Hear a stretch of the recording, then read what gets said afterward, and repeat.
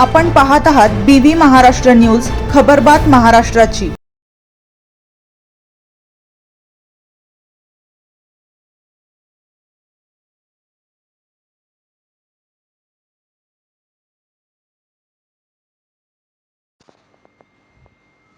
महाराजस्व समाधान शिबिराचा तळागाळातील नागरिकांना फायदा, आमदार दिलीप बोरसे यांचे जायखडा येथे प्रतिपादन।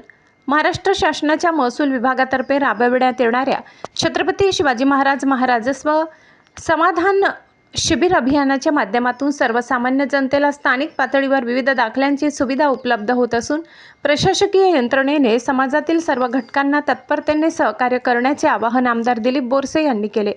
तालुक्यातील जायखेडा येथील महात्मा फुले बहुउद्देशीय मंगल कार्यालयात आयोजित उपरोक्त शिबिराप्रसंगी बोलताना आमदार बोरसे यांनी राज्याचे मुख्यमंत्री देवेंद्र फडणवीस तसेच महसूल मंत्री चंद्रशेखर बावनकुळे यांच्यासह संपूर्ण मंत्रिमंडळाच्या माध्यमातून महाराष्ट्र शासनाच्या महसूल विभाग, नाशिक जिल्हाधिकारी कार्यालय व बागलाण तहसील कार्यालयामार्फत तालुक्यात सदर शिबिर राबविण्यात येत असल्याचे सांगितले।